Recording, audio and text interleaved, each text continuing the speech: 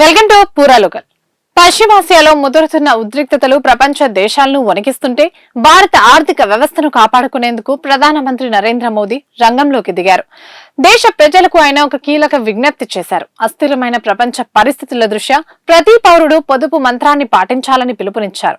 తాజాగా తన సొంత రాష్ట్రం గుజరాత్ లోని వడోదరాలో పర్యటించిన ప్రధాని మోదీ దేశ ఆర్థిక భద్రతపై కీలక వ్యాఖ్యలు చేశారు. పశ్చిమాసియాలో జరుగుతున్న సంఘర్షణలు భారత్ పై ప్రభావం చూపకుండా ఉండాలంటే మనం చేసే ఖర్చులో మార్పులు రావాలని ఆయన స్పష్టం చేశారు. పెట్రోల్, డీజిల్ వాడకాన్ని వీలైనంత తగ్గించాలని కోరారు. సొంత వాహనాల కంటే మెట్రో, ఎలక్ట్రిక్ బస్సులు వంటి ప్రజా రవాణాకు ప్రాధాన్యత ఇవ్వాలని, వీలైతే కార్ పూలింగ్ చేయాలని సూచించారు. ఐటీ మరియు ఇతర సంస్థలు మళ్లీ వర్క్ ఫ్రం హోం సంస్కృతిని ప్రోత్సహించాలని, అనవసర ప్రయాణాలను తగ్గించేందుకు వర్చువల్ సమావేశాలకే మొగ్గు చూపాలని కంపెనీలకు విజ్ఞప్తి చేశారు. విదేశీ మారక ద్రవ్యం వృధా కాకుండా ఉండాలంటే పరిస్థితులు చక్కబడే వరకు బంగారం కొనుగోలను వాయిదా వేసుకోవాలని దేశ ప్రజలను కోరారు.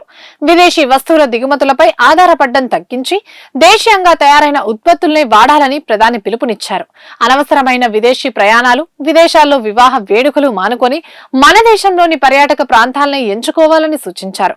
దేశ ఆర్థిక వ్యవస్థపై ఒత్తిడిని తగ్గించి విదేశీ మారక నిల్వలను కాపాడుకోవడమే లక్ష్యంగా ప్రధాని ఈ పొదుపు చర్యల్ని ప్రకటించారు.